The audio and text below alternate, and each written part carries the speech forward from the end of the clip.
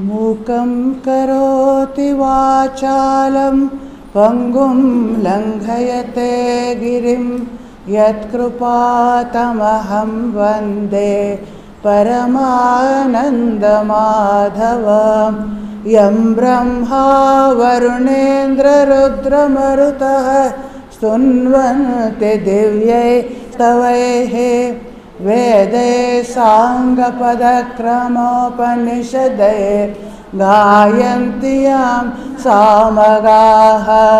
ధ్యానావస్థితతద్గతే మనసా పశ్యంతి యం యోగినో యస్యాంతం న విదుః సురాసురగణా.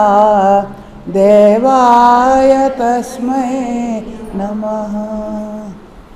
శ్రీమద్ భగవద్గీత సాంఖ్యయోగం 2వ అధ్యాయం. దీంట్లో మనం 19-20 శ్లోకాల వరకు నిన్న చేశాము. మొదటి 10 శ్లోకాలలో అర్జునుడు తన సమస్యను చెప్పుకోవడము, ఇవంతా శ్రీకృష్ణుడు ఆయనని యుద్ధం చేయడానికి ప్రేరణ కలిగించడం ఇలాంటిది ఉన్నాయి. 11 నుంచి 30 వరకు సాంఖ్యనిష్ట అని చెప్పాను. ఈ సాంఖ్యయోగంలో సాంఖ్య అంటే జ్ఞానం, యోగ అంటే కర్మ. మొదట సాంఖ్యనిష్ట జ్ఞాననిష్ట గురించి చెప్తున్నారు, తర్వాత యోగనిష్ట గురించి చెప్తారు అని మనం చూసాము. అంటే ఇప్పుడు సాంఖ్యనిష్టలో 19-20 శ్లోకాలు మళ్ళీ కొద్దిగా చూద్దాం. అంటే శ్రీకృష్ణుడు ఏం చెప్తున్నారంటే, ఎవరైతే ఈ ఆత్మని హంతారం అంటే చంపుతున్నాడు ఇతరుల్ని అని అనుకుంటారో, యశ్చైనం మన్యతే హతం లేదా ఇతరుల ద్వారా నేను చంపబడుతున్నాను అని అనుకుంటారో, ఈ ఇద్దరు న విజానిత, వారికి అసలు విషయం సరిగా తెలియదు. ఎందుకంటే ఆత్మ న హంతి న హన్యతే, ఎవరిని చంపదు చంపబడదు, దానికి చావు లేదు, కాబట్టి ఎవరిని చంపదు చంపబడదు అని చూసాం. తర్వాత 20వ శ్లోకంలో చూసాము, న జాయతే మ్రియతే, అంటే ఆత్మకి పుట్టు లేదు చావు లేదు, లేదా ముందు ఉండి తర్వాత లేకపోవడం అది కూడా లేదు అని చూసాం. ఇక్కడ జాయతే మ్రియతే అని 2 చెప్పారు, అంటే పుట్టడం చనిపోవడం. శరీరానికి షడ్వికారాలు ఉన్నాయి, దాంట్లో 2 మాత్రం చెప్పారు. ఇంకా 4 కూడా వర్ధతే, విపరిణామతే, అపక్షీయతే, అది అస్థి, ఇవి కూడా మనం ఇంక్లూడ్ చేసేసుకోవాలి. ఈ శరీరానికి ఉన్న ఈ అన్ని వికారాలు మార్పులు ఆత్మకి ఏది ఉండదు అని చూస్తున్నాం. ఎందుకంటే అది అజో నిత్య శాశ్వతోయం పురాణం. అజో అంటే జన్మం లేనిది, నిత్య అంటే ఎప్పుడు ఉన్నది, శాశ్వతంగా ఉన్నది, పురాణ అంటే పురాతనమైనది, ప్రాచీనమైనది, అయినా దానికి ఎప్పుడు మార్పు లేనిది. అటువంటి ఆత్మ న హన్యతే హన్యమాని శరీరం, శరీరం చనిపోయినా దాంట్లో అది మరణించదు అని చెప్తున్నారు. ఇలా అంటే 19వ శ్లోకంలో ఆత్మ కర్త కర్మ 2 కాదు అని చెప్పారు. అది తను ఏది చెయ్యదు, కింద ఎవరైనా దానికి చేయడం అది కూడా ఉండదు. సబ్జెక్ట్ ఆబ్జెక్ట్ ఇది 2 కాదు అని చెప్పాం. ఇంకా 20వ శ్లోకంలో ఎందుకు అది సబ్జెక్ట్ ఆబ్జెక్ట్ 2 కాదు, ఎందుకు కర్త కాదు కర్మ కాదు అంటే, అది అవినాశి, అది ఎప్పుడు నిత్యంగా శాశ్వతంగా అవ్యయంగా ఉన్నది అని తెలిసినప్పుడు, ఎప్పుడు అలాంటి జ్ఞాని ఇతరులను ఎలా చంపగలుగుతాడు? ఆత్మజ్ఞాని అయిన వ్యక్తి ఆత్మ యొక్క స్వరూప జ్ఞానం కలిగిన తరువాత ఇతరులను నేను చంపుతున్నాను అనుకుంటే, ఇతరులు నన్ను చంపుతున్నారు అనుకుంటే అవంతా అర్థహీనమైన వాక్యాలు అయిపోతాయి. అందువలన ఇక్కడ ఆత్మ అలాంటిది ఏమీ చెయ్యదు, అది కర్త కాదు కర్మ కాదు అన్నాం. ఇక్కడ చంపడం అనేది ఒక ఉదాహరణగా తీసుకున్నాము. ఇది ఒకే క్రియ అని ఇక్కడ యుద్ధరంగంలో ఉన్నది కాబట్టి ఇలా వచ్చింది. వేరే ఏ క్రియ అయినా, ఉదాహరణకి తినడం అనుకోండి, అది ఆత్మ తినదు, ఎవరికి తినిపించదు. చూడడం అది చూడదు, ఎవరికి వేరే వాళ్ళు చూపించడం, అలా ఏదైనా పాజిటివ్ కానీ తను చేయడం కానీ రెండు కూడా అది ఉండదు. ఏ క్రియ అంటే సర్వ కర్మ ప్రతిశోధన, ఏ కర్మ కూడా ఆత్మ చేయదు ప్రతిశోధన అని చెప్తున్నారు. ఎందుకంటే అది ఆల్వేస్ ద సబ్జెక్ట్ అంటాం, జ్ఞాత నోయర్, అది వేరే విషయాన్ని తెలుసుకుంటుంది అనేది ఉండదు. ఇప్పుడు ఆత్మజ్ఞాని ఎవరు ఉన్నారో, తర్వాత ముముక్షు అంటే ఆత్మజ్ఞానం కావాలని కోరుకునేవారు, వీరిరువురికి 21వ శ్లోకంలో చెప్తున్నారు. ఆత్మ దాని అవినాశి, నిత్యం, అజం, అవ్యయం అని తెలిసిన వారు ఇతరులను ఎలా చంపుతారు? ఇతరులు కం ఘాతయతి హంతికం, ఎవరికైనా బాధ కలిగించడం, చంపడం అది సాధ్యం కాదు. లేదా తను వేరే వాళ్ళ ద్వారా చేయించడం కానీ, తను చంపబడడం కానీ ఇలాంటిది ఏమి జరగదు. ఎందుకంటే అది అవినాశి, అజం, అవ్యయం అని చెప్పారు. ఇక్కడ ఆత్మ యొక్క అవినాశ తత్వం దానిని తెలుసుకుంటే అటువంటి ఆత్మజ్ఞాని మరియు ముముక్షు వీరు ఏం చేస్తారో కర్మలు త్యజిస్తారు. కర్మ చేయడం అర్థం లేదు అనిపిస్తుంది, ఎందుకంటే ఆత్మ ఏది చేయదు కదా అని అనుకుంటారు. సో ఆత్మకు కర్మ లేదు, నేను ఏ కర్మ చేయను అని సర్వకర్మ త్యాగం చేస్తారు. అలాంటి త్యాగం చేసేవాడు ఒక గ్రూపు, వారు జ్ఞానిలు, సన్యాసులు అనుకున్నాం. రెండవ గ్రూపు వారు కర్మ చేయాల్సిన వారు ఉన్నారు, వారికి ఇంకా ఆత్మజ్ఞానం కలగలేదు, వారు కర్మ ఫలత్యాగం మాత్రం చేస్తారు అని చెప్పాం. కర్మలు చేసి దాని ఫలాన్ని కోరుకోకుండా నిష్కామ కర్మం చేస్తూ వెళ్తారు. అంటే ఇలా సంపూర్ణంగా సన్యాసి అంటే సర్వకర్మ త్యాగి అని అర్థం. అదే ఇతరులు కర్మలు చేస్తూ ఫలత్యాగం మాత్రం చేస్తే చాలు అని ఇలా. ఇది ఆత్మ ఒక మార్పు లేనిది అని మనం తెలుసుకున్నప్పుడు మనం ఇంకా అలా చేయలేము, అలాంటి ఐడియా మన మనసు నుంచి దూరంగా వెళ్ళిపోతుంది అని చెప్తున్నారు. ఇంకా 22వ శ్లోకంలో ఈ శరీరాన్ని ఒక పాత గుడ్డకి పోలిస్తున్నారు. సాధారణంగా మన వస్త్రం జీర్ణమైతే, పాతదైతే మనం కొత్తది కొంటాము, చాలా ఆనందంగా అనిపిస్తుంది. కానీ మనుషులకి శరీరాన్ని వదలడానికి అంత ఆనందంగా ఉండదు. పాత శరీరాన్ని వదలడం అంటే చాలా కష్టం. దానిని ఎన్నో రీప్లేస్మెంట్ చేస్తాము, ఇయర్ ఎయిడ్ పెట్టుకుంటాము, స్పెక్స్ పెట్టుకుంటాము, పళ్ళు చేసుకుంటాము, ఆ ఆర్టిఫిషియల్ లెగ్ ఎంతైనా వేసుకొని ఈ శరీరాన్ని నేను ఉంచుకుంటాను రిపేర్ చేసుకొని అనుకుంటాము. కానీ ఈ పాత గుడ్డం ఇది దానికి పని లేదు, ఒక ఓల్డేజ్ వచ్చింది దానిని వదిలేద్దాం ఇంకా అనే ఐడియా రాదు. అది మన అంటే ఇక్కడ చెప్తున్నారు, వాసాంసి జీర్ణాన్ని యథా విహాయ నవాని గృహ్ణాతి నరోపరాణి. సాధారణంగా ఎలా పురాతన ఓల్డ్ వస్త్రాన్ని మనం వదిలేసి కొత్త వస్త్రాన్ని ఆనందంగా మనం స్వీకరిస్తామో అలాగే ఈ శరీరం అలాగే తెలుసుకోవాలి. అంటే మనకి తెలియదు, ఈ శరీరం మనకి చాలా ఐడెంటిఫికేషన్, దీన్ని వదలడానికి మనకి ఇష్టం లేదు. కానీ తథా శరీరాన్ని విహాయ జీర్ణమైపోయింది, ఇంకా పని చేయలేక ఎంతవరకు రీప్లేస్మెంట్ ఇచ్చాం, తరువాత కూడా ఇంకా అది చేయలేదు, అపక్షీయత అలాంటి స్టేట్కి వచ్చేసింది. అప్పుడు ఇంకా మనం వదిలేయాలి, నశ్యతి మరణించడం అది వదిలేస్తాం.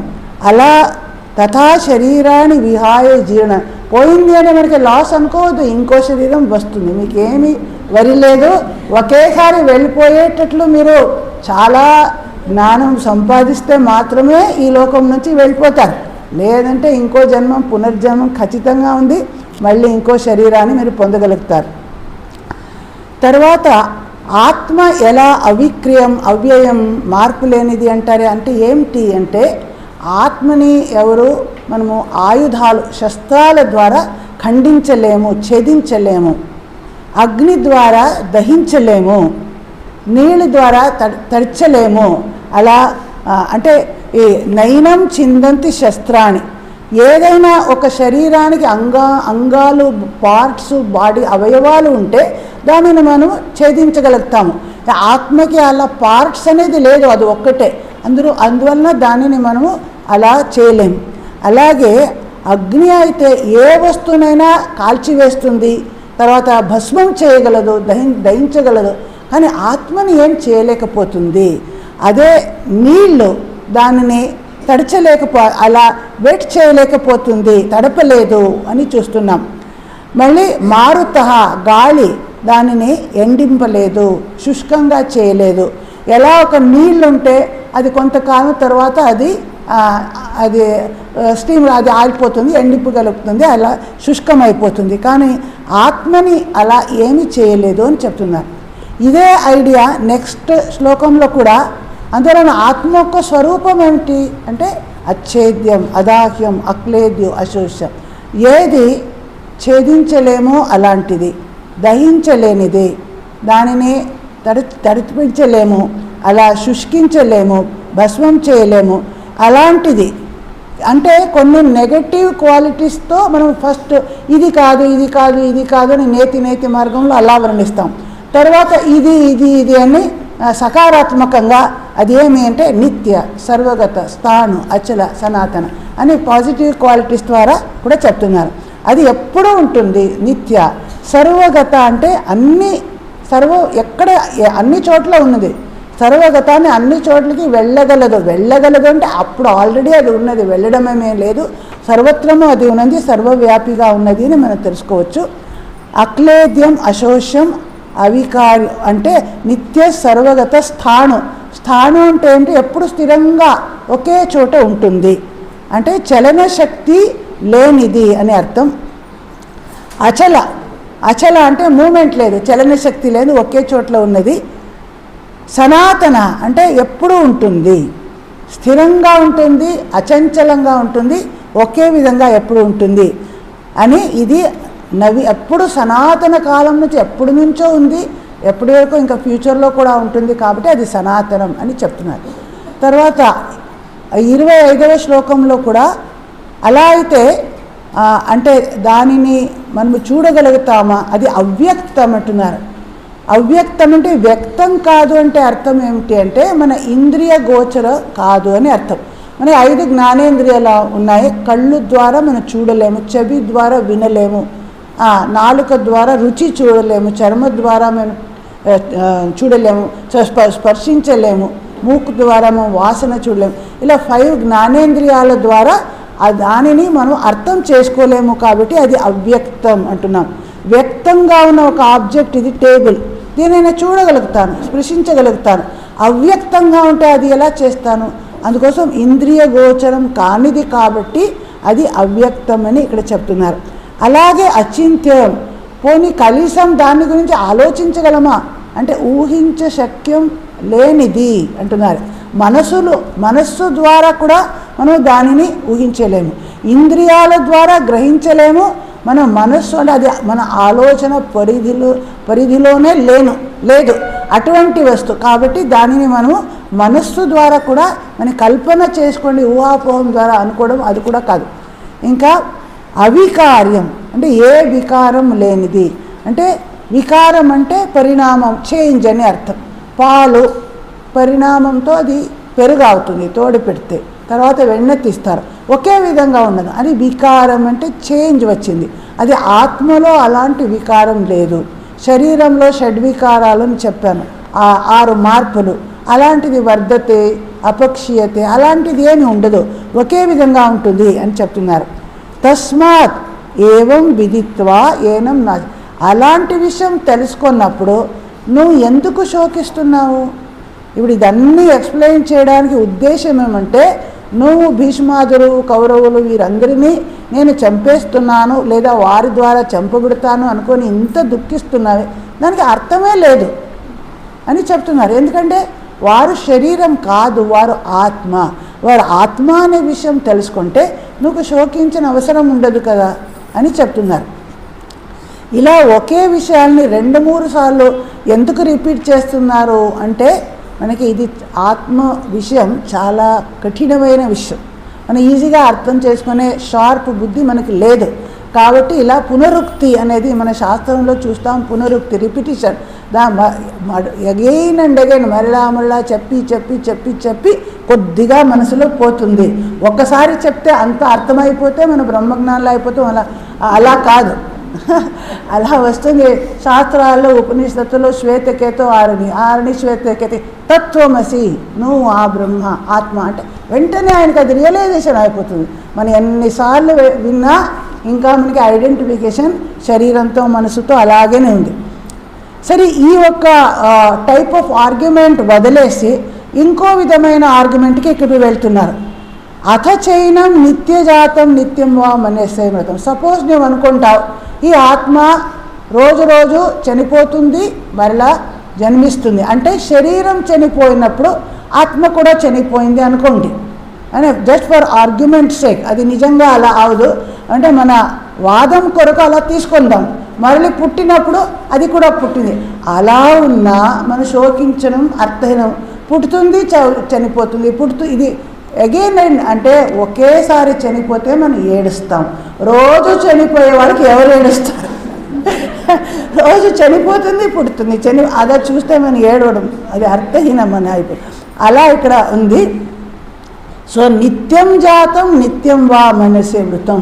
రోజు రోజు పుడుతున్నాడు, మళ్ళీ మరణిస్తున్నాడు అని అనుకున్నా తథాపిత్వం మహాబాహో నైవం శోచితు మనసి. దీనికోసం నువ్వు శోకించడం అనేది అర్థం లేదు.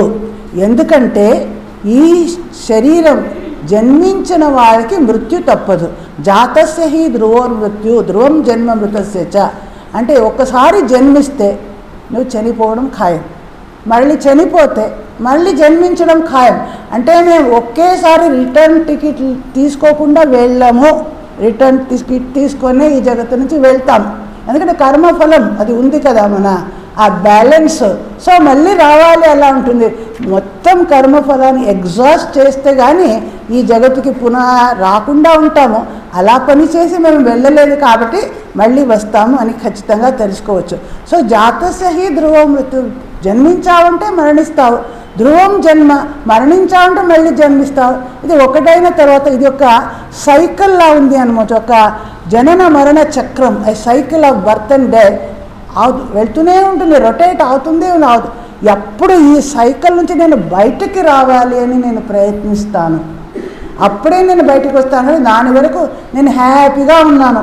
ఎన్నిసార్లు జన్మించిన, ఎన్నిసార్లు మరణించినా నాకేం లేదు, ఇంకా అలాగే ఇదే బాగా ఆనందంగా ఉన్నానంటే అంటే ఇది బాగానే ఉన్నాను అనుకుంటాను. కాబట్టి నాకు వైరాగ్యం కలగలేదు, భక్తి కలగలేదు. సో ఇక్కడి నుంచి ఒకేసారి వెళ్ళే ప్రసక్తి లేదు అనుకోండి, ఇంకా టైం ఉంది.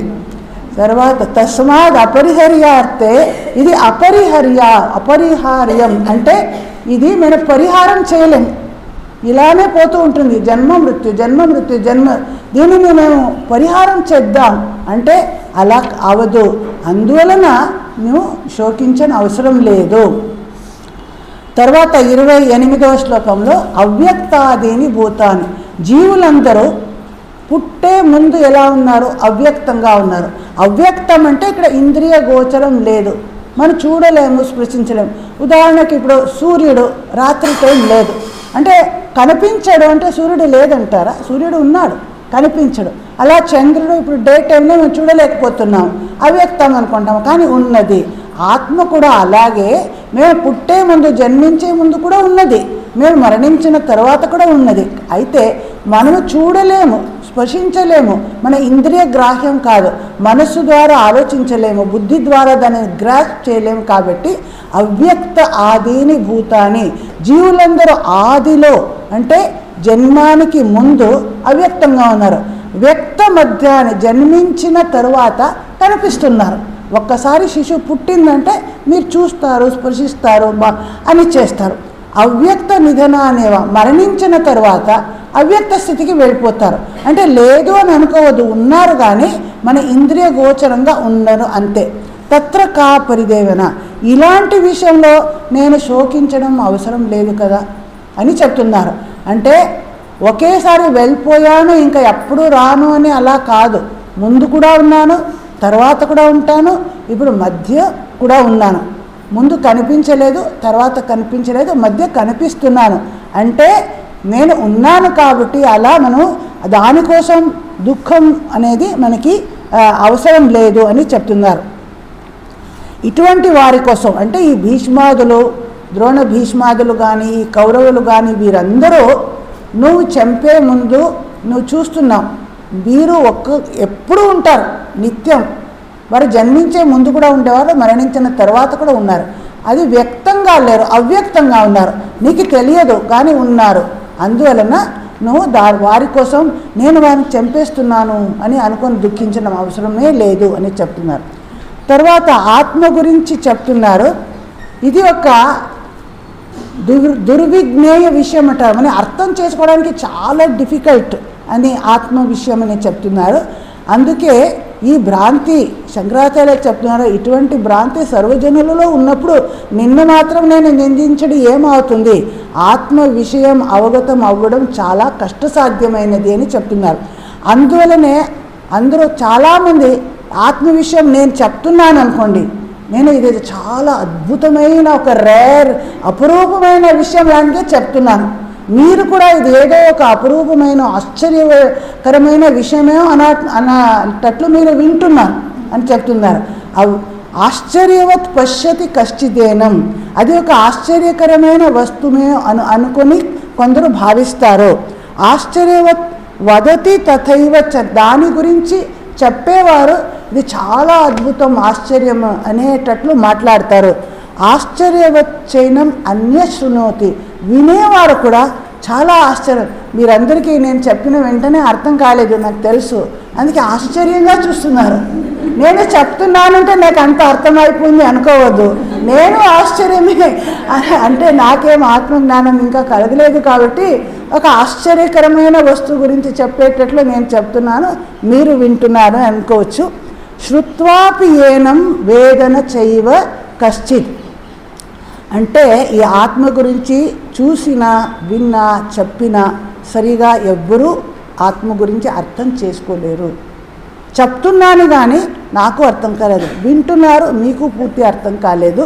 మీరు చూసినా అంటే ఆత్మని చూడలేము, అది చూసామని అనుకుంటాము, శరీరం చూస్తున్నాము అని ఆత్మని. అందువల్ల ఆత్మ గురించి మేము చెప్పుకుంటాము కానీ అయితే అలా అయితే మానేద్దామా అంటే అలా కాదు, చెప్తూ చెప్తూ ఒకరోజు కొద్దిగా అర్థమవుతుంది. మొన్న అడిగారు ఆత్మ అంటే ఏమిటి అని, అలా ప్రశ్న వచ్చేది. ఆత్మ ఇంత వింటున్నాము, ఆత్మ అంటే ఏమిటి అని ఇప్పుడు అర్థం చేసుకోవడం కష్టంగానే ఉంది. అంటే ఇది శరీరం కాదు, మనస్సు కాదు, బుద్ధి కాదు, ఇంద్రియాలు కాదు, అన్నీ వదిలేయండి. మీలో ఇంకా ఏం మిగిలింది? ఏదో ఒకటి మిగిలింది, అది ఆ చైతన్యమయ అంశం ఉందే, అది ఆత్మ. అన్నీ మేము వదిలేయాలి. అదే శ్రీకృష్ణులు అంటారు కదా, ఒక ఆనియన్ అది పీల్ చేస్తూ చేస్తూ చేస్తూ చేస్తూ అంత వెళ్ళిపోదు. అలా అన్ని లేయర్ ఆఫ్టర్ లేయర్ తీసేస్తే బాకీ ఏం లేదంట, ఏదో ఉంది, ఏది లేదు కనుక అది ఏది ఉంది నువ్వు చూడలేవు కదా, అది ఆత్మ అని చెప్తున్నారు. తర్వాత దేహీ నిత్యం అవధ్యోయం దేహే సర్వస్య భారత తస్మాత్ సర్వాణి భూతాని నత్తం శోచితుమర్హసి. దేహి అంటే చెప్పాము, దేహం అంటే బాడీ, దేహి అంటే ఏ దేహంలో వసిస్తూ ఉండేవాడు దేహి. ఈ దేహి నిత్యం ఎప్పుడూ ఆయనని వధించలేము, చంపలేము, అటువంటి వాడు. సర్వస్య దేహ, అందరి శరీరాలు ఆయన అలాగే అంటే మరణం లేనివాడుగా ఆయన ఆత్మ అనేది ఉంటుంది. తస్మాత్ సర్వాణి, ఇది అందరి క్షేత్రంలో ఇదే, నేను మాత్రం కాదు, మీరు మాత్రం కాదు, ఈ జగత్తుల్లో ఉన్న సర్వ ప్రాణులు ఎవరున్నారో అందరిలో కూడా ఇలాగే ఈ విషయం వారిలో ఉన్న ఈ ఆత్మ అనేది ఎప్పుడూ ఒకే విధంగా ఉంటుంది, అవినాశిగా ఉంటుంది. స్థావర జంగమాల్లో, సర్వావస్థలో, సర్వదేహిలో అందరిలో ఒకే విధంగా ఉంటుంది. నిర్జీవ వస్తువులో కూడా ఉంది, చైతన్యం అనేది ఉంది, వ్యక్తమవదు కాదు ఉంది, వృక్షాదుల్లో ఉంది, ఒక కీట పతంగ ప్రతి ఒక్క దాంట్లో కూడా ఈ ఆత్మ అనేది ఉంటుంది. అందువలన నువ్వు శోచితం నా అర్హసి, నువ్వు ఎందుకు శోకిస్తున్నావు? ఏదో నేను చంపేస్తాను, ఎవరో నన్ను చంపేస్తారు, ఇవంతా అర్థహీన ప్రలాభంగా ఉంది, ఊరికే మేము ఆలోచిస్తున్నాం, ఇలా ఆలోచించకు అని చెప్తున్నారు. ఇప్పుడు ఈ పాయింట్ అప్ టు 30th వరకు మనం ఇక్కడ జ్ఞాననిష్ట గురించి చెప్తాం, సాంఖ్యనిష్ట. దీనికి తర్వాత ఇంతవరకు కొంచెం చెప్పి ఆత్మ గురించి ఒక అవగాహన వచ్చింది అర్జునుడికి, కొంచెం సాహసం ధైర్యం కలిగింది. నేను చంపడం లేదు కాబట్టి నేను చంపలేను, ఎవరు నన్ను చంపలు, కాబట్టి అలాంటి ఒక సాహసం వచ్చిన తర్వాత ఇప్పుడు ఇంకో స్టాండ్ పాయింట్ స్టార్ట్ చేస్తాడు కృష్ణుడు. మొదటే ఆయనకి నీ స్వధర్మం చేయి, కర్తవ్యం చేయి ఇలా చెప్తే ఆయన వినే స్థితిలో లేడు. తెలుసుకొనే వచ్చాడు, నా స్వధర్మం క్షత్రియుడిగా నేను వచ్చినప్పుడు యుద్ధం చేయాలి తెలుసుకొని వచ్చి కూడా వీరందరినీ చూసి మోహగ్రస్తుడై ఎలా అయిపోయాడు. ఇప్పుడు ఇంత బుద్ధి చెప్పిన తర్వాత ఆయనలో కొద్దిగా సాహసం వచ్చింది అనుకోండి, ఇంకో లైన్లో ఇప్పుడు చెప్తున్నాడు, స్వధర్మమపి చావేక్ష న వికంపితుమర్హసి. ఆ ఐడియా చేసి ఈ ఆత్మ గురించి ఇవంతా పరమార్థతత్వం అంతా వదిలేద్దాం. ఇంకో దృష్టితో అంటే నీ స్వధర్మం ఏమిటి, నువ్వు క్షత్రుడిగా జన్మించావు, నీ స్వధర్మం ఏమిటి, ఆ దృష్టిలో చూస్తే ఈ యుద్ధం చేయడమే నీ ధర్మం. స్వధర్మమపి అంటే బ్రాహ్మణుడికి ఒక ధర్మం ఉంటుంది, క్షత్రుడికి ఒక వైశ్య శూద్ర. మన భారతదేశంలో ఇలా చాతుర్వర్ణ్యం అని ఒక్కొక్క వర్ణాశ్రమ ధర్మం, వాళ్ళకి ఇది డ్యూటీస్ అని చెప్పారు. క్షత్రియులు అయిన వాళ్ళు ప్రజా పరిపాలన చేయాలి, అందరినీ సంరక్షించాలి. నువ్వు ఇప్పుడు చేస్తున్న యుద్ధం అలాంటిదే. నువ్వు ఎందుకు చేస్తున్నావు, ధర్మార్థి యుద్ధ, ఇది ధర్మం కోసం ధర్మమైన యుద్ధం చేస్తున్నావు. క్షత్రియులకి ధర్మయుద్ధం అనేది చాలా మంచిది, అవసరం, చేయవలసింది, అలాంటి యుద్ధం చేస్తున్నావు. ధర్మాది యుద్ధ శ్రేయ అన్యత్ క్షత్రియస్య నా విద్యతే. క్షత్రియులకి ధర్మయుద్ధం కంటే గొప్పది, శ్రేయస్కరమైనది ఇంకా వేరే ఏది లేదు. అలాంటి ధర్మయుద్ధం అంటే ఏది, ఇక్కడ ధర్మ అధర్మం రెండిటికి మధ్య యుద్ధం జరుగుతుంది. అర్జునుడు ఎందుకు యుద్ధం చేస్తున్నాడు, ఆయన రాజ్యలోభం నుంచి చేయలేదు, ఏదో రాజ్య విస్తారం చేయాలి, అందరినీ నేను జయించాలి ఒక అహంకారంతో. అలాంటి ఆయన ఎందుకు చేస్తున్నాడు, కౌరవులు చాలా అన్యాయం చేసి చాలా అధర్మం చేశారు, వారిని శిక్షించకుండా ఉంటే అది ఈ సమాజంలో ఈ ధర్మం అనేది నిలబడదు. ఈ ధర్మ సంరక్షణార్థం అధర్ములను శిక్షించడం అది క్షత్రియ ధర్మ. నువ్వు రాజుడుగా ఉండి తప్పు చేసేవాడిని శిక్షించకుండా ఊరుకుంటే అదేమో అరాజకత పెరుగుతుంది. అందువలన నీకు ఇది స్వధర్మం కాబట్టి నువ్వు నవికంపితు, దీనివల్ల నువ్వు విచలితుడు అవ్వకూడదు. నీలో ఎందుకు ఇలా కంపనం వస్తుంది, అలా రాకూడదు. ధర్మయుద్ధం ఇలాంటి యుద్ధం చేయడం నీకు చాలా స్వాభావికమైనది, నీకు సహజమైనది. ఈ యుద్ధం ఎందుకు చేస్తున్నావు అంటే ఈ విశ్వాన్ని నువ్వు జయిస్తే ధర్మస్థాపనం అవుతుంది, ప్రజారక్షణ జరుగుతుంది. ఇది ధర్మసమ్మతమైన యుద్ధం కాబట్టి నువ్వు దీనిలో పాల్గొనడానికి నువ్వు అనుమానించకూడదు. ఇదే నీకు శ్రేయస్కరమని చెప్తున్నారు. యదృచ్ఛయా చోపమన్నం స్వర్గద్వారం అపవర్తం. అంతేకాదు నువ్వు కోరుకోకుండా వచ్చినది ఇది. నువ్వు యుద్ధం చేయాలి అనుకొని రాలేదు, ఉపాయం లేక. వారు ఎన్నో ఆల్టర్నేటివ్స్ ఇస్తారు. యుద్ధం చేయకుండా సంధి చేసుకుంటామని శ్రీకృష్ణుడు రాయవారిగా వెళ్ళారు, ఏం పని కాలేదు. 5 గ్రామాలను ఇవ్వను, అది కూడా ఇవ్వను అన్నారు. ఇంకా ఇంత మోసం చేసి ఇంత నష్టపోయిన తర్వాత యుద్ధం చేయకుండా ఉంటే అది అపరాధం అయిపోతుంది. అందువల్ల తనంతట తానే వచ్చిన యుద్ధం యదృచ్ఛయ అంటే నేను కోరుకొని రాలేదు, తనంతట తానే వచ్చిన ఈ యుద్ధం. అలాంటి యుద్ధంలో మన యుద్ధం చేస్తే మరణించిన స్వర్గద్వారం మనకి ఓపెన్ అయినట్లు. ఆ కాలంలో ఒక నమ్మకం ఏమంటే యుద్ధంలో మరణించిన వాళ్ళు క్షత్రియులు వారు స్వర్గాన్ని పొందుతారు. అలా యుద్ధం చేయకుండా ఆ పలాయనం చేసిన వాళ్ళు నరకానికి వెళ్తారు అని. అందువల్లనే చూడండి, పాండవులు ఎంత ధార్మికులైనా వారు యుద్ధంలో మరణించలేదు. ఈ కౌరవులు అందరూ యుద్ధంలో మరణించి వీరికంటే ముందు స్వర్గానికి వెళ్ళిపోయారు. పాండవులు ఎంతో మహాప్రస్థానం, ఆయనది ఎన్నో రోజులు నడిచి ఆ స్వర్గలోకానికి వెళ్తారు. వీరు యుద్ధంలో చనిపోయి ముందే స్వర్గలోకానికి వెళ్ళిపోయారు. అంటే ఆ కాలంలో అలాంటి నమ్మకం ఉండేది. అందులో ఈ యుద్ధంలో చనిపోతానని మీరు భయపడిన అవసరం లేదు. ఇది స్వర్గానికి తెరిచిన ద్వారం అనుకో. నువ్వు చనిపోతే నీకు స్వర్గం లభిస్తుంది. ఇంకా సుఖిన క్షత్రియ పార్థ లభంతే యుద్ధం ఈదృశం. ఇలాంటి యుద్ధం క్షత్రియులకి దొరకడం చాలా అపురూపం, చాలా అదృష్టం. వారు చాలా ఆనందించాలి. సుఖీ అంటే ఇలాంటి ధర్మయుద్ధం చేసే అవకాశం నాకు దొరికింది అంటే నువ్వు చాలా ఆనందించాలి, నువ్వు దుఃఖించడం అవసరం లేదు.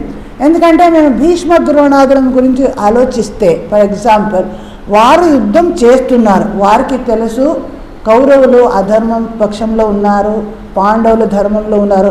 మనసులో లోపలికి పాండవ పక్షపాతం కూడా ఉంది. అయినా వారు కౌరవుల పక్షంతో యుద్ధం చేయవలసి వచ్చింది. ఉప్పు తిన్నారు, అక్కడ ఆ రుణం తీర్చాలి కాబట్టి వారు తీర్చారు. పాండవులకి ఇలాంటిది లేదు.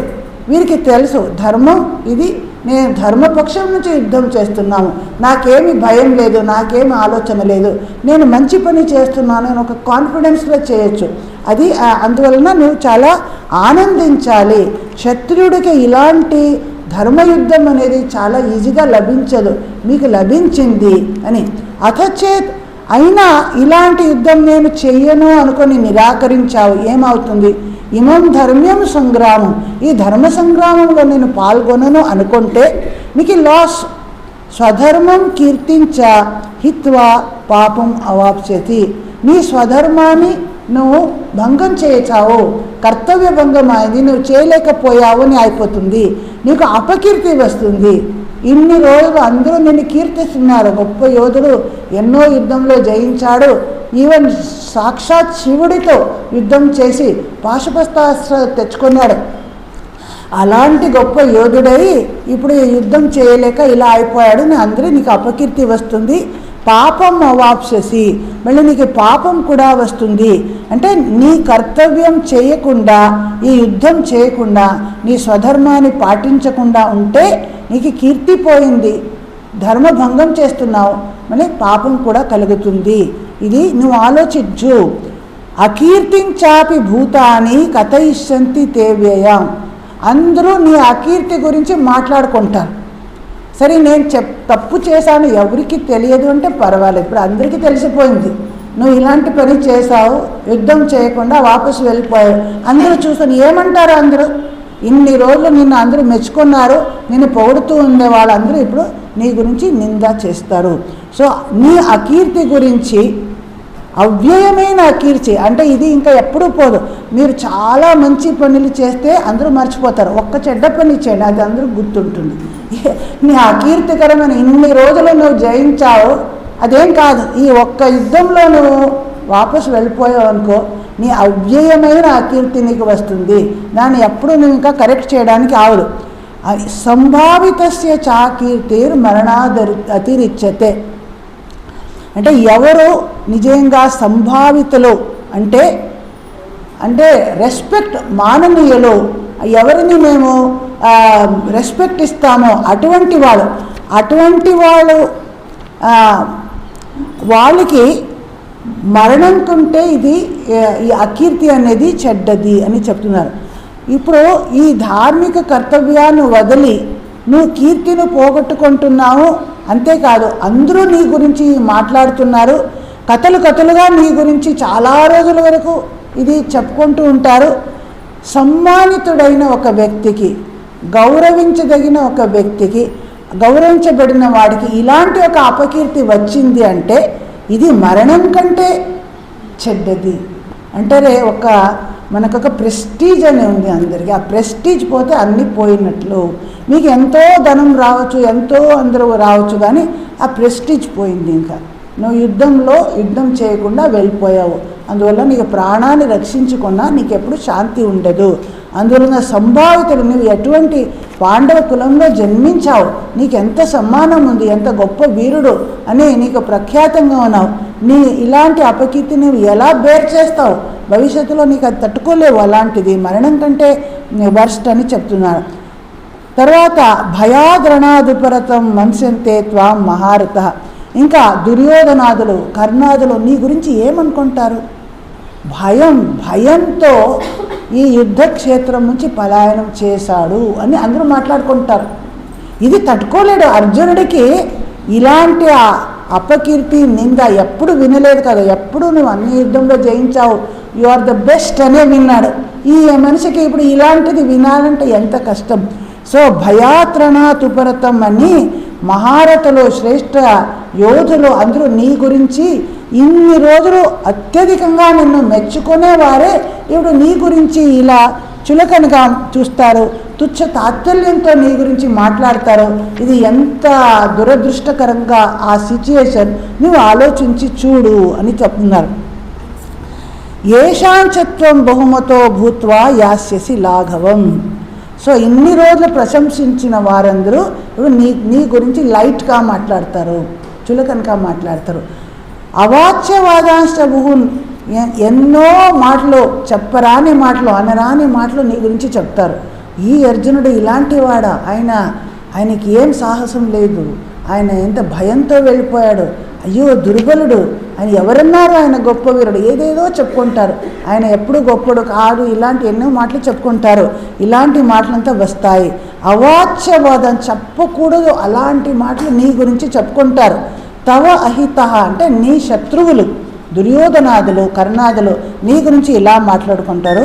నిందంత స్తవ సామర్థ్యం, నీ సామర్థ్యం ఎలాంటి గొప్ప సామర్థ్యం, ఎన్ని రాజులను మహారాజులను నువ్వు జయించావు, అలాంటి నీ సామర్థ్యం గురించి నిందంతి అంటే ఇప్పుడు నిందా చేస్తారు వారు.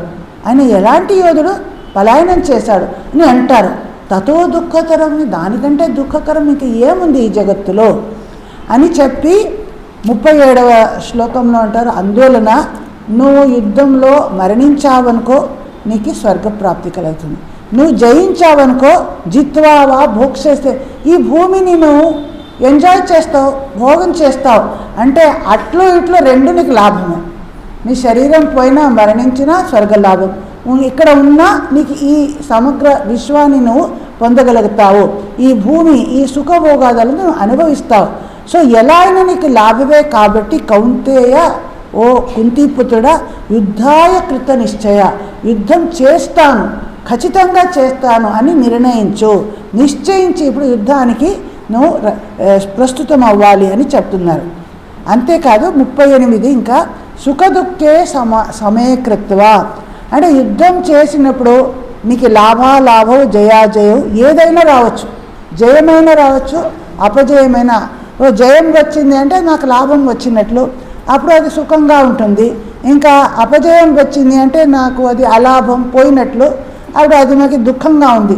కానీ రిజల్ట్ ఏదైనా, కర్మ ఫలం సుఖమైన దుఃఖమైన సమానంగా నేను తీసుకొని తతో యుద్ధాయ యుజ్యస్వ, యుద్ధం చేస్తాను అని నువ్వు ఖచ్చితంగా నిర్ణయించు, యుద్ధం చెయ్యి. నైవం పాపము వాప్సిది, దీనివలన నీకు ఎలాంటి పాపం కలగదు. యుద్ధం నువ్వు అనుకోనా యుద్ధం చేస్తే చాలామందిని చంపేస్తాను కదా నాకు పాపం వస్తుంది, అలా కాదు. నువ్వు యుద్ధం చేయకుండా ఉంటే ఇన్ని ప్రాబ్లమ్స్ వస్తాయి, నువ్వు యుద్ధం చేస్తే నీకు మంచిదే జరుగుతుంది.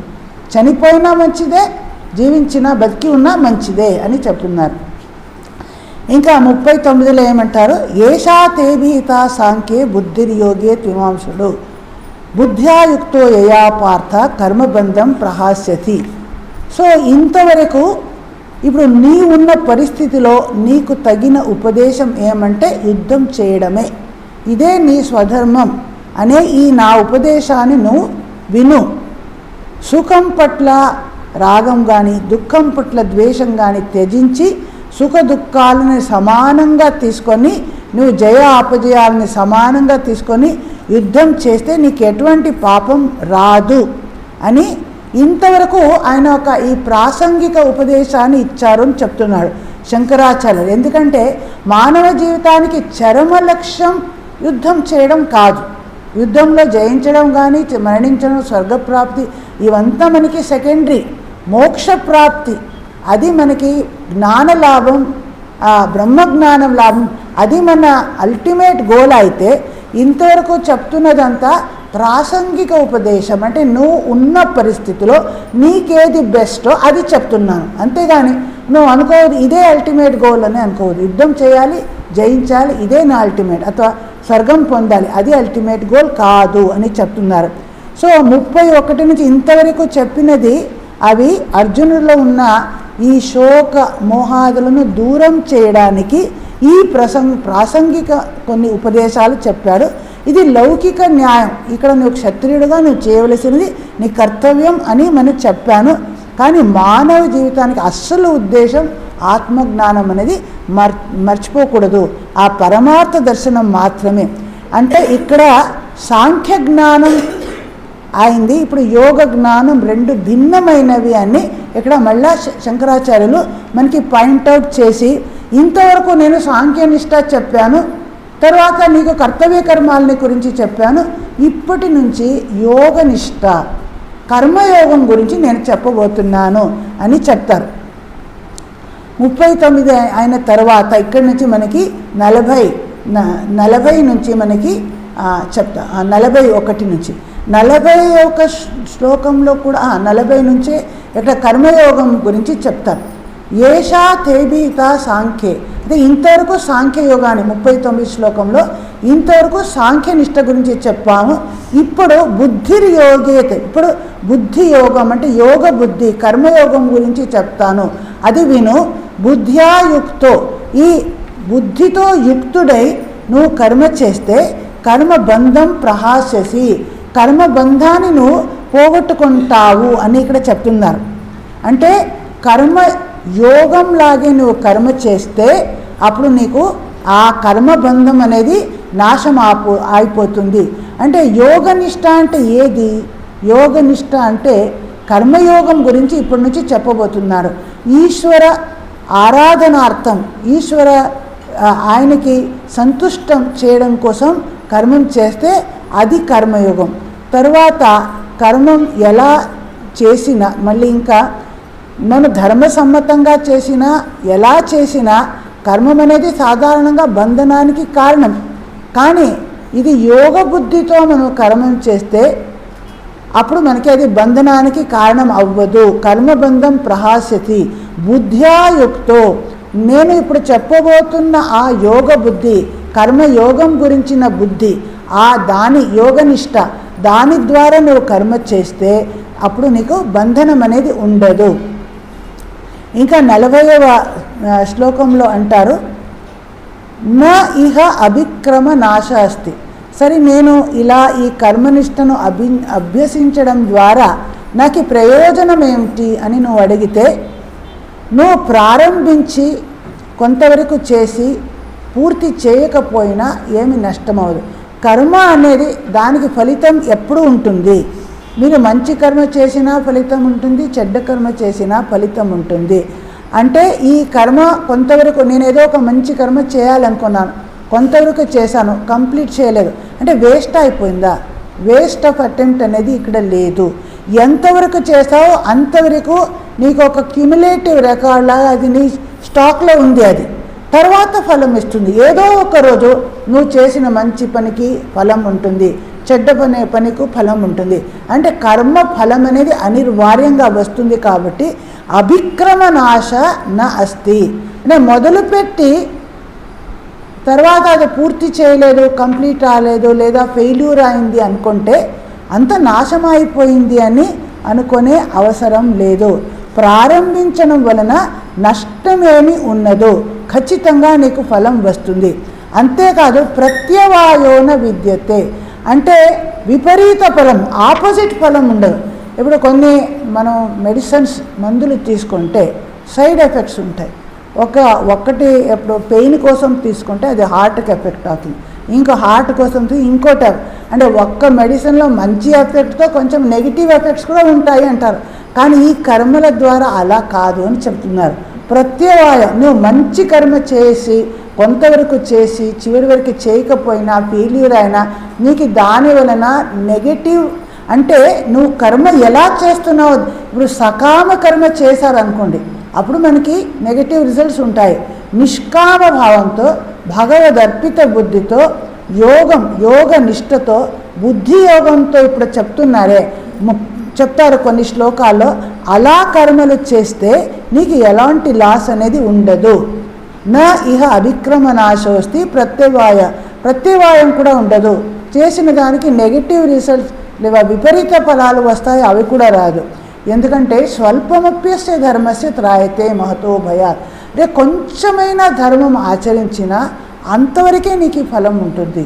ఎందుకంటే నువ్వు చేయబోతున్నది ధర్మ కార్యం చేస్తున్నావు, అధర్మం చేయటం లేదు. ఇది సంపూర్ణంగా చేసినా మంచిదే, కొంతవరకు చేసినా అంతవరకైనా నీకు ఫలం వస్తుందే కానీ పూర్తిగా నష్టం పోయాను అనేది లేదు. అందులో నువ్వు యుద్ధం చేయాలి, ఇది ధర్మ యుద్ధం, ఇది నీ కర్తవ్యం, ఇది ఖచ్చితంగా నువ్వు చేయాలి, చేస్తే నీకు అన్ని విధంగా ఎటువంటి పాపం కూడా రాదు అనే విషయాన్ని నీ భయం, అంటే ధర్మం అనేది కొద్దిగా చేసినా భయం పోతుంది. అధర్మం చేసిన వాళ్ళకి ఎప్పుడూ భయం ఉంటుంది. మనకి తెలుసు, ఎవరు లంచం తీసుకుంటారో చెడ్డ పనులు చేస్తారో సమాజంలో గొప్ప పొజిషన్ ఉంటుంది, కానీ వాళ్ళకి ఎప్పుడు లోపల భయమే ఉంటుంది. ఎప్పుడు పోలీసులు పట్టుకుంటారో ఎక్కడ ఏదో ఒక భయం ఉంటుంది. కానీ ధర్మ యుద్ధం చేస్తున్నారు, మంచి పని చేస్తున్న వాడికి ఎవరు నిన్ను రికగ్నైజ్ చేయకపోయినా పర్వాలేదు, నీకు భయం అనేది ఎప్పుడు ఉండదు. త్రాయతే మహతో భయాత్, ఇది మహత్తు భయం నుంచి నిన్ను రక్షిస్తుంది. దీనికి తర్వాత ఇప్పుడు బుద్ధి యోగం గురించి డీటెయిల్గా, అంటే యోగ బుద్ధి లేదా బుద్ధి యోగం అంటే కర్మయోగం గురించి ఇప్పటి నుంచి బాగా చెప్తారు. వ్యవసాయాత్మిక బుద్ధి ఏకేహ కురునందన బహుశాఖాయనంతాశ బుద్ధి అవ్యవసాయనం. అంటే ఇక్కడ ఎవరి బుద్ధి వ్యవసాయాత్మిక అంటే వన్ పాయింటెడ్గా ఏకనిష్టంగా ఉన్నదో, అంటే ఇది డిసిప్లిన్డ్ ఇంటెలెక్ట్ అని మనం తీసుకోవచ్చు. ఎవరికైతే అంటే నిశ్చయాత్మికమైన బుద్ధి ఉన్నదో అని చెప్తున్నారు. మనస్సు మన బుద్ధి అంతా సంస్కరణ చేసినప్పుడు, అంటే సాగు చేసిన పొలంలాగే మనస్సుని మనం సంస్కరణం చేస్తే, సుసంస్కృతంగా చేస్తే అది వన్ పాయింటెడ్ అవుతుంది. Pure mind, pure intellect, one pointed ఏకాగ్ర బుద్ధి కలుగుతుంది. అలాంటిది వ్యవసాయాత్మిక బుద్ధి. వ్యవసాయం చేస్తే ఏం చేస్తాము, ఆ పొలంలో మేము గడ్డిలంతా తీసేస్తాము, బాగా దానికి సారం వేస్తాము, నీళ్ళు వేస్తాము. భూమిని తయారు చేసిన తరువాతే మేము అక్కడ విత్తనం వేయాలి.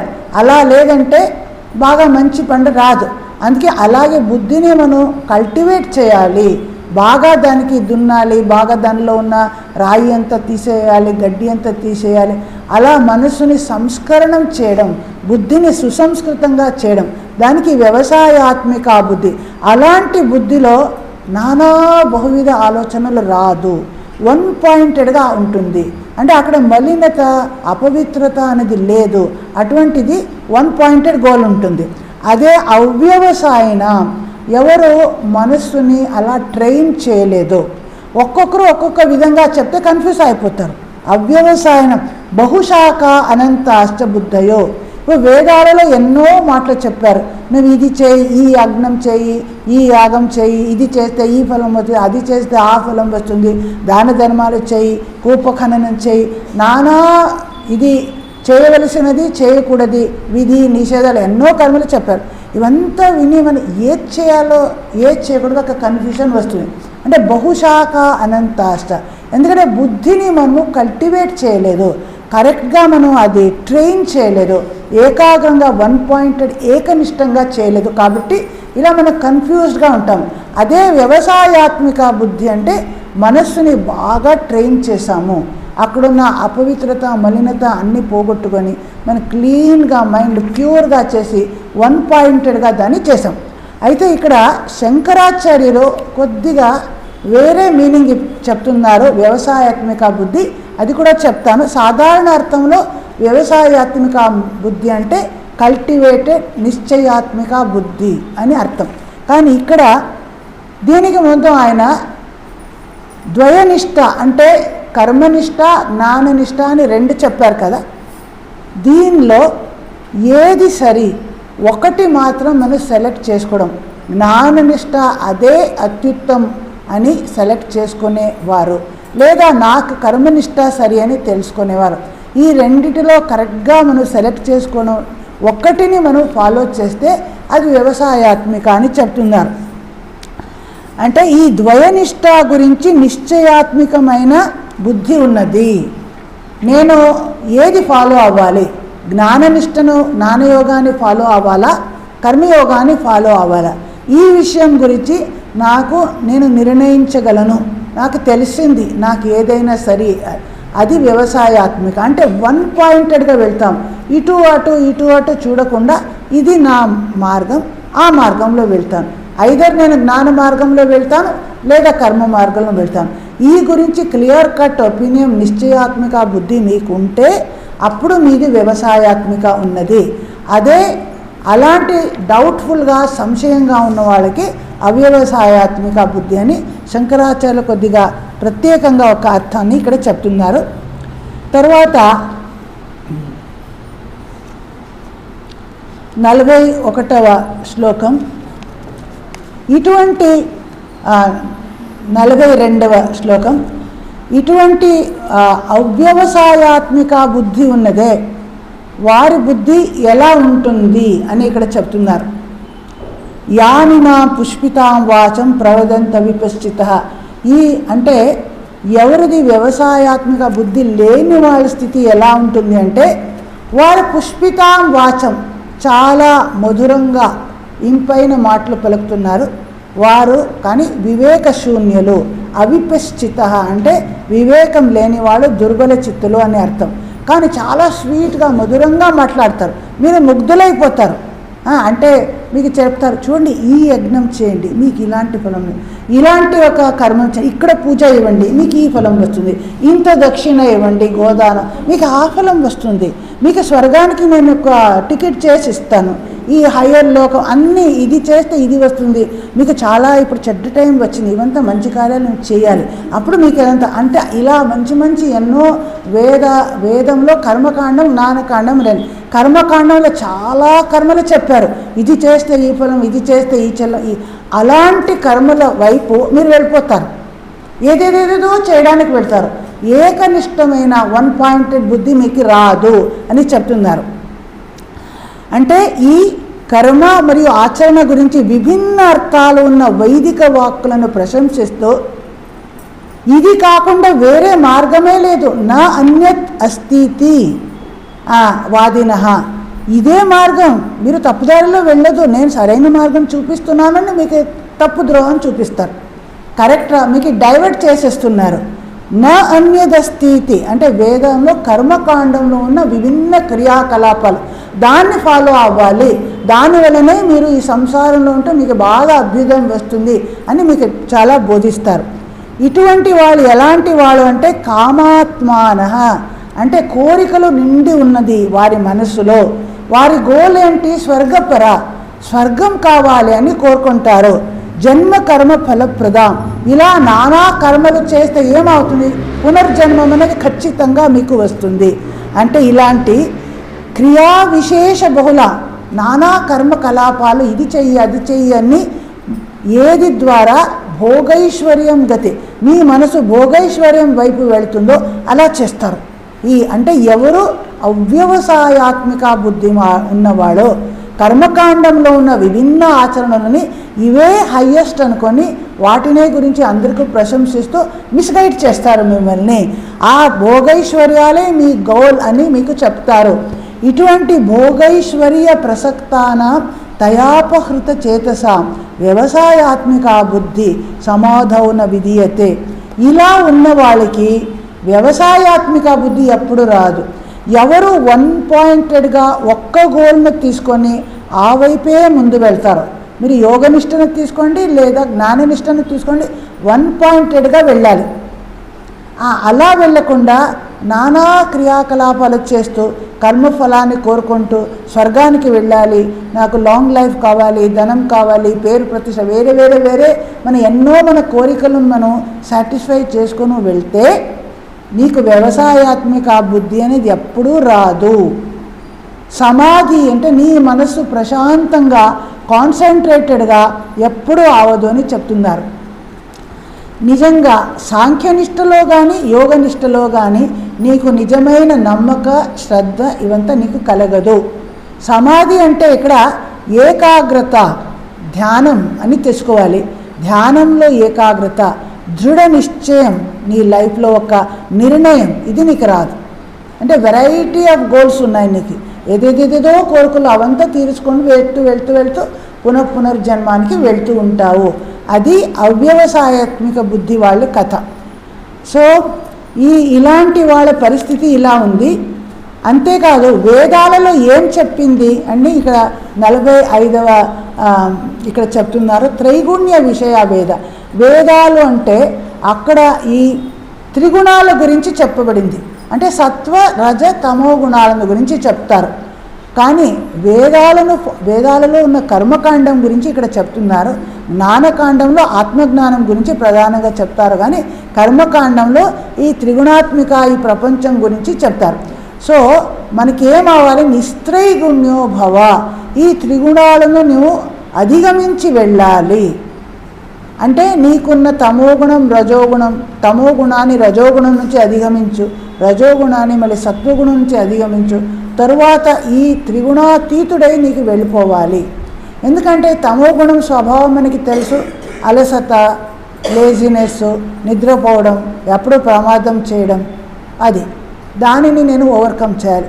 రజోగుణం ఎప్పుడు చాంచల్యం, మనకి ఏదో ఒక పని ఇది చేయాలి అది చేయాలి అనే కర్మ ప్రవృత్తి, అతిరిక్తంగా కర్మం చేయడం. తర్వాత కామక్రోధ లోభ మోహాదులతో మనకి ఎప్పుడూ ఎఫెక్ట్ అవ్వడం, ఇవంతా రజోగుణ ప్రభావం. దానిని కూడా అధిగమించాలి. అధిగమించే సత్వగుణం అంటే మంచిదే, అక్కడ పవిత్రంగా అంతర్ముఖంగా ఉంటారు. కానీ అది కూడా చివరి వరకు వెళ్ళదు. శ్రీరామకృష్ణ అన్నారు, 3వ దొంగ ఆయన మీకు రాస్తా చూపిస్తాడు. మొదటి తమోగుణ దొంగ మిమ్మల్ని చంపేస్తాడు అని చూస్తాడు. రజోగుణం ఉన్నవాడు మిమ్మల్ని కట్టి బంధనాల్లో పెడతారు. ఇంకా సత్వగుణం వాడు మంచి ద్రోహ చూపించి అక్కడ వెళ్ళు అంటాడు. అని నేను రాలేను అంటే పోలీసులు పట్టుకుంటారు, నేను కూడా దొంగనే అని చెప్తారు. అలాంటి ఇక్కడ నిస్త్రైగుణ్యోభవ అంటే 3 గుణాలకి నేను అధిగమించి వెళ్ళాలి. సత్వగుణం మంచిది కానీ అది కూడా లాస్ట్ అల్టిమేట్ వరకు వెళ్ళదు. ఇంకా నిర్ద్వంద్వో, ఈ ద్వంద్వ అనుభవాలు సుఖ దుఃఖ లాభ లాభ జయ అపజయ మాన అపమాన శీతోష్ణ ఇవంతా కాంట్రాస్టింగ్ ద్వంద్వ అనుభవాలు ఈ ప్రపంచంలో ఉంటే వస్తూనే ఉంటాయి, పోతూనే ఉంటాయి. ఇలాంటి అనుభవాలను ముందే చెప్పాము, తాము తితిక్షస్వ అని ముందే చెప్పాము. ఇక్కడ మరలా అదే విషయం చెప్తున్నారు. ద్వంద్వాతీతుడిగైనా వెళ్ళిపోవాలి. అంటే సుఖం వచ్చినప్పుడు పొంగి పొర్లకుండా, దుఃఖం వచ్చినప్పుడు కుంగిపోకుండా సమానంగా ఎప్పుడు నేను ఒక సమత్వాన్ని పొంది ఉండాలి. నిత్య సత్వస్తో, సత్వగుణంలో ఎక్కువగా మనం ఆశ్రయం తీసుకోవాలి. అంటే తమోగుణ రజోగుణంలో ఓవర్కమ్ చేసి సత్వగుణంలో ఆశ్రయం తీసుకోవాలి. కానీ చివరికి సత్వగుణాన్ని కూడా మనం అధిగమించాలి. నిర్యోగక్షేమ ఆత్మవాన్, యోగక్షేమ 2, అక్వైరింగ్ అండ్ ప్రిజర్వింగ్, ఈ 2 లేకుండా ఎప్పుడు నేను వస్తువులను అక్వైర్ చేసుకోవాలి. ఇంకా ఒక కారు కావాలి, ఇల్లు కావాలి, మనీ కావాలి, బ్యాంక్ డిపాజిట్ ఎంతైనా కావాలి అని మేము జమ చేస్తూ అప్రాప్త వస్తువుని ప్రాప్తించుకోవడానికి ప్రయత్నం, దానికి యోగా అంటారు. ఇంకా క్షేమ అంటే ఉన్న వస్తువుని ఉన్నదానిని ప్రిజర్వ్ చేయడం, అది కంటిన్యూ చేయడం, మెయింటైన్ చేయడం. ఇల్లు ఉంది పాడైపోతుంది, ఎప్పుడు రిపేర్ చేయాలి. 4 కార్లు ఉన్నాయి, ప్రతి ఒక్కదాన్ని నాకు రిపేర్ చేయాలి.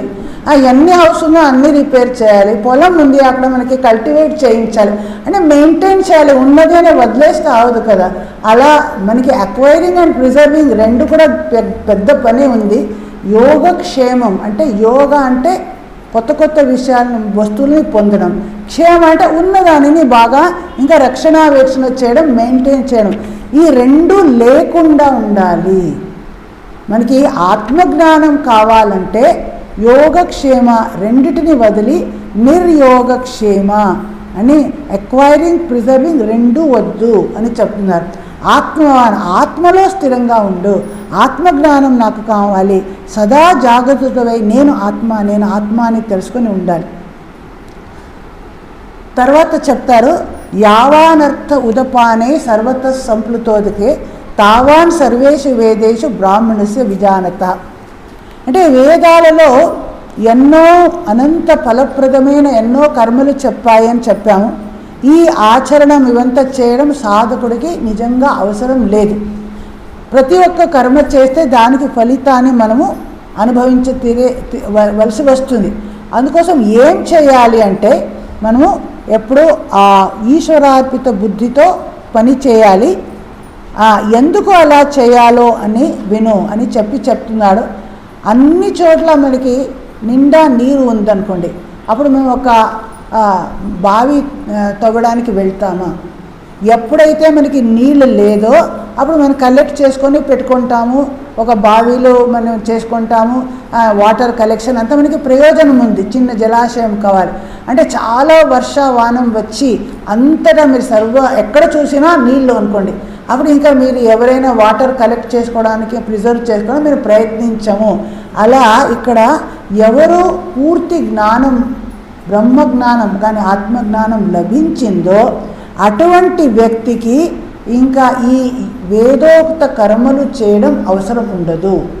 ఈ విభిన్న క్రియాకలాపాలు, దాని ఫలితాలు ఇవంతా వారికి వద్దు. ఈ సంసారంలో ఇవంతా మనకి బంధనానికి కారణం. అంటే ఎలా చిన్న చిన్న బావులు, జలాశయాలు మనకి అవసరం లేదు, స్నానార్థం పానార్థం ఏది కావాలో అవంతా అన్ని చోట జలం నిండి ఉన్నప్పుడు అవసరం లేదు. సర్వత సంప్లుతోదకే, అన్ని చోట్ల జలం ఉన్నప్పుడు అలాగే సర్వేషు వేదేషు ఈ సమగ్ర వేదాధ్యయనం, శాస్త్రాధ్యయనం ఇవంతా విజానత బ్రాహ్మణస్య అంటే జ్ఞాని అయిన బ్రాహ్మణుడికి, అంటే బ్రహ్మజ్ఞుడికి ఇవి అవసరం ఉండదు. వీరు శ్రీరామకృష్ణులను ఆయన ఏం వేదాలు చదివారు, ఏం చేశారు, సాధన చేసి ఆయనకి అన్న లబ్ధమైంది అని చూస్తాం. అలా ఇదంతా చెప్పిన తర్వాత ఇంకా 47వ శ్లోకంలో చెప్తున్నారు కర్మణ్యేవాధికార. అందువలన చెప్తున్నాను నీకు కర్మ చేయడానికి మాత్రమే అధికారం, ఫలం పట్ల నీకు అధికారం లేదు అని చెప్తున్నాను. ఈ విభిన్న కర్మలు చేయడం అవసరమే లేదు. నువ్వు ఏ కర్మ చేస్తావో అది ఫలాపేక్ష రహితంగా నువ్వు చేయాలి అని చెప్తున్నారు. మా కర్మ ఫలహేతురు, ఫలం వచ్చేటట్లు మనం పని చేయకూడదు అని చెప్తున్నారు. జ్ఞానే పరిసమాప్యతే అని ఇంకో 4వ చాప్టర్లో వస్తుంది. మనం ఏ కర్మలు చేసినా అన్ని చివరికి జ్ఞాననిష్టలోనే అది కర్మలు అంతమవుతాయి, పరిసమాప్తి అవుతుంది. అందుకే నువ్వు అనవసరంగా విభిన్న కర్మం చేయడం అవసరం లేదు. అది నీకు స్వధర్మం కర్తవ్యం ఏముందో అలాంటి కర్మం కూడా నువ్వు ఫలాన్ని అపేక్షించకుండా కర్మం మాత్రం చెయ్యి అని చెప్తున్నారు. అయితే ఇక్కడ కూడా శంకరాచార్యులు కొద్దిగా వేరేగా దీన్ని ఎక్స్ప్లెయిన్ చేస్తారు. కర్మణ్యేవాధికారస్తే మా ఫలేషు కదాచన అంటే సాధారణంగా కర్మం చేయడానికి నీకు అధికారం, ఫలానికి అధికారం లేదు అని. కానీ ఆయన అంటున్నారు నీకు కర్మనిష్ట ఈ మార్గానికే నీకు అధికారం ఉంది, జ్ఞాననిష్ట అంటే జ్ఞాన మార్గానికి నీకు అధికారం లేదు అని అర్థంగా ఆయన ఈ లైన్ను వివరిస్తారు. మా కర్మఫల హేతురు అని కర్మఫలం నువ్వు కోరుకుంటే కర్మఫలం వస్తుంది, నీకు ఖచ్చితంగా వస్తుంది. అప్పుడు నువ్వు దానిని అనుభవించక తప్పదు. పరిణామం పునర్జన్మం లేదా స్వర్గానికి వెళ్ళడం. అయితే ఫలం అవసరం లేదు అని నువ్వు అనుకుంటే ఈ కర్మలను నువ్వు ఆచరించకుండా నువ్వు కర్మల ఫలం రాకుండా ఉండేటట్లు నువ్వు కర్మ చేయాలి. అంటే ఫలాపేక్ష రహితంగా నిష్కామ కర్మం ఈశ్వరార్పిత బుద్ధితో కర్మం చెయ్యి అంటారు.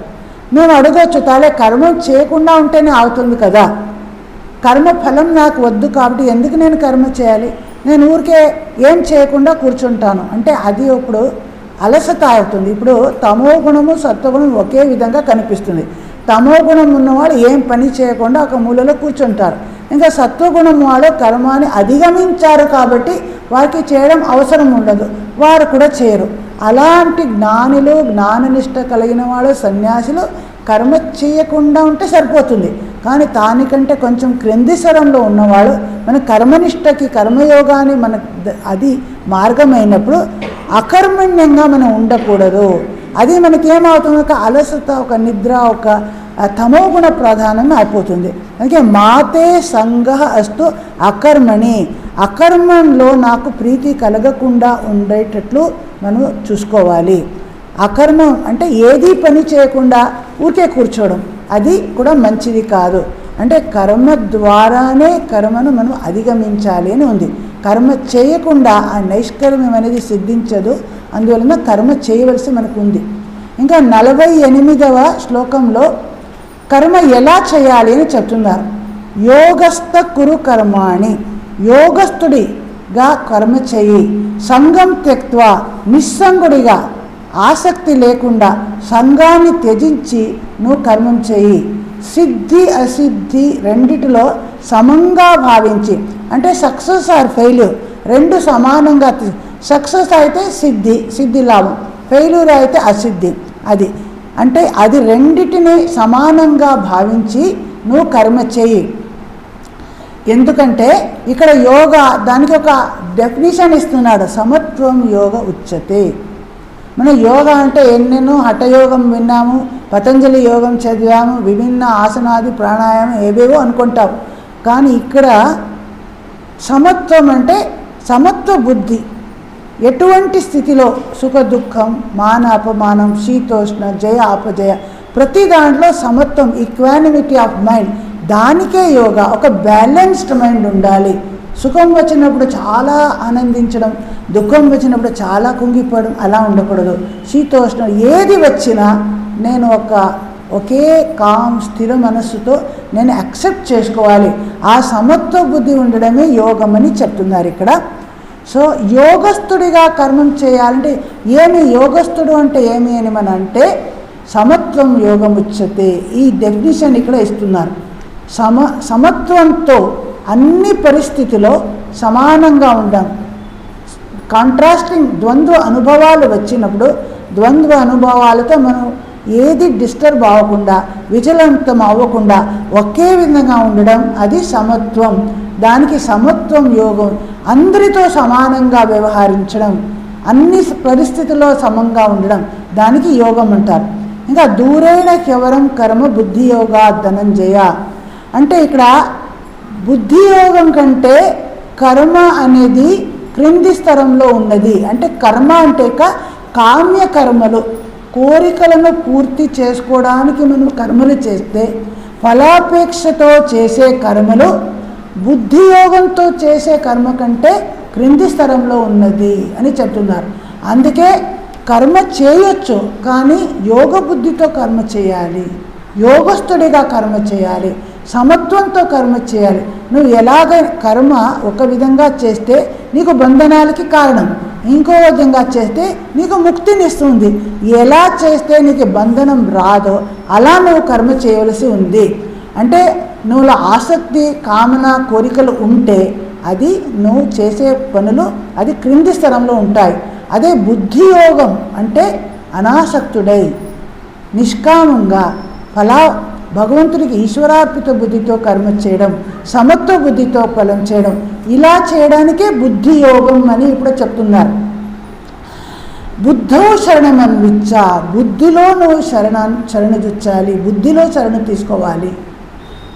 కృపణ ఫలహేతవ, ఎవరు ఫలాన్ని కోరుతారో, ఈ ఫలం కావాలి, ఈ రిజల్ట్ కావాలి, ఆ రిజల్ట్ కావాలి కోరుకుంటారో వారు కృపణలు అంటే నిజంగా వారిని దయనీయ స్థితిలో ఉన్నారు.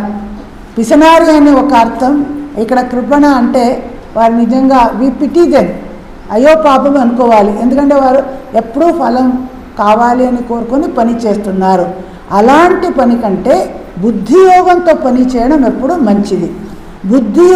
బుద్ధియుక్తుడై ఎలా పని చేస్తావంటే సుకృత దుష్కృత అంటే మంచి కర్మ చెడ్డ కర్మ, దాని రిజల్ట్ పుణ్య పాప వస్తుంది. రెండిటిని జహాతి అంటే వదిలేస్తావు. తస్మాత్ యోగా యుజ్యస్వ, అందువలన యోగిగా నువ్వు మారాలి, యోగాన్ని నువ్వు ఆచరించాలి. ఇక్కడ యోగా అంటే ఇంకో డెఫినిషన్, యోగ కర్మసు కౌశలం. యోగా అంటే కౌశల్యంతో కర్మం చేయడం అని ఇంకో డెఫినిషన్ ఇస్తారు. మొదటిగా సమత్వం యోగా అన్నారు, ఇక్కడ కౌశల్యంతో ఎలాగెలాగో చేస్తే బంధనానికి దారితీస్తుంది అని చెప్పాము. సరిగా చేస్తే ఆ కర్మ బంధన విముక్తికి దారి చేస్తుంది. అందువలన కౌశల్యంతో కర్మం చేయాలి. కర్మ ఆచరణలో కర్మ కౌశలమే యోగం. కర్మాచరణలో సిద్ధి అసిద్ధి రెండిటి సమత్వంగా ఉంటే, కర్తవ్య నిష్ఠతో ఈశ్వరార్పిత బుద్ధితో చేస్తే, స్వధర్మానుసారం చేస్తే కర్మం బంధనంగా అవదే. అది దానికి మేము కౌశల్యంతో కర్మం చేయడమని చెప్తాము. కర్మజం బుద్ధియుక్తాయి ఫలం త్యక్త్వా మనీషిణః అంటే కర్మ నుంచి వచ్చిన ఫలాన్ని త్యజించి మనీషిణః అంటే బుద్ధివంతులు జ్ఞానులు ఏం చేస్తారు, జన్మబంధ వినిర్ముక్త జన్మ బంధనం నుంచి వారు ముక్తులైపోతారు. యోగ బుద్ధితో కర్మం చేసి యోగంలాగే చేసినప్పుడు ముక్తులైపోతారు. పదం గచ్చంతి అనామయం, ఆ పరమపదం విష్ణు యొక్క పరమపదం అంటారు. తద్విష్ణు పరమం పదం, ఆ పదాన్ని వారు పొందగలుగుతారు. అక్కడ ఎటువంటి మనకి ఉపద్రవరహితంగా ఉంటుంది. అనామయం అంటే రోగాలు లేవు. ఇక్కడ ఏ ఉపద్రవం రహితంగా ఉన్న ఆ ఒక ఉచ్చ స్థితిని వారు చేరుకోగలుగుతారు. వీరు నిజంగా జీవన్ముక్తులోని మనం అనుకోవచ్చు. ఎందుకంటే ఈ శరీరం ఉన్నప్పుడే కర్మ, ఇలాంటి కర్మ చేసి యోగ బుద్ధితో కర్మ చేసి వారు ముక్తులవుతారు. తర్వాత 52, 53 శ్లోకాలు అంటే ఈ కర్మయోగం ద్వారా మనం ఎప్పుడు ఇలాంటిది జరుగుతుంది. ఆ సత్వబుద్ధి ఎప్పుడు కర్మజనితం, సత్వబుద్ధి ద్వారా మనకి జ్ఞానం ఎప్పుడు లభిస్తుంది అంటే ఎప్పుడైతే నా బుద్ధిలో ఈ మోహం ఉందే, ఈ మోహ కల్మషం అది తొలగిపోతుందో, ఎప్పుడు బుద్ధి అనేది నిర్వేదం శ్రోతవ్యస్య శృతస్య చ అంటే మనం ఎప్పుడు ఏం చేస్తాము, జరిగిపోయిన దాని గురించి బ్రూడ్ చేస్తాం, లేదంటే భవిష్యత్తుని గురించి ఇమాజిన్ చేసుకుంటాం. శ్రోతవ్యస్య శృతవ్యస్య చ, శృతస్య అంటే అయిపోయినది గురించి మనం ఆలోచించడం, శ్రోతవ్య అంటే భవిష్యత్తులో ఏమవుతుందో అని ఊహించుకోవడం. ఈ రెండిటిని నువ్వు వదిలేస్తే నిర్వేదం అని అంటారు. విన్న దాని యందు, వినదగిన దాని యందు రెండు విషయాల పట్ల నీకు నిర్మోహం కలిగితే, అప్పుడు నువ్వు నిర్వేదం కలిగితే అప్పుడు నీ మనసు సమాధానంగా ఉంటుంది. అప్పుడు నువ్వు సత్వ బుద్ధి ద్వారా నీకు జ్ఞానం కలుగుతుంది. ఎందుకంటే ఏ శృతి అంటే ఈ కర్మ, వేదాలలో కర్మకాండం ఉందే, అక్కడ ఎన్నో కర్మలు చేయి, ఇది చెయ్యి, అది చెయ్యి అని నానా విధాలుగా గైడ్ చేస్తారే. దాని వలన మన బుద్ధులంతా కలత చెంది ఇటు అటు నానా శాఖగా వెళ్ళిపోతూ ఉంటాయి. అటువంటి బుద్ధి ఎప్పుడు నిశ్చలంగా నిలబడుతుందో, సమాధిలో మనసు ఒక ఏకనిష్టంగా లక్ష్యంలో తన్మయమవుతుందో అప్పుడు నీకు యోగం అనేది కలుగుతుంది. ఎప్పుడైతే నీ మనసు విక్షిప్త రహితంగా భిన్న భిన్న విషయాల పట్ల వెళ్లకుండా ఏకనిష్టంగా ఒక్క లక్ష్యంలో ఏకాగ్రమవుతుందో ఆ పరమ యోగాన్ని నువ్వు తదా యోగం అవాప్స్యసి అంటే మొదటిగా మనస్సులో ఉన్న మోహ కల్మషం తొలగిపోవాలి. నానా విధమైన గోల్స్ మనకు ఉన్నాయి శృతిలో, అవంత గురించి మనకి ఇంకా డిస్టర్బ్ అవ్వకూడదు. తర్వాత అయిపోయిన విషయం కానీ ఏదో భవిష్యత్తులో అవుతుందో ఆ విషయం కానీ మనం పట్టించుకోకూడదు. మనస్సు ప్రశాంతంగా నిశ్చలంగా ఉంటే అప్పుడు యోగం అనేది మనకి లభిస్తుంది అని చెప్పారు. ఇలా మనము యోగ బుద్ధితో పని చేస్తే ఇదే మనకి స్థితప్రజ్ఞుడిగా మనకి దారితీస్తుంది. ఆ స్టేట్కి వెళ్తాము అని దానికి తర్వాత విషయాల్ని నెక్స్ట్ ఇంకో క్లాస్లో వారు చెప్తారు. ఇంతవరకు ఓం అసతో మా సద్గమయ తమసో మా జ్యోతిర్గమయ మృత్యోర్మా అమృతంగమయ. ఓం శాంతి శాంతి శాంతి. హరి ఓం.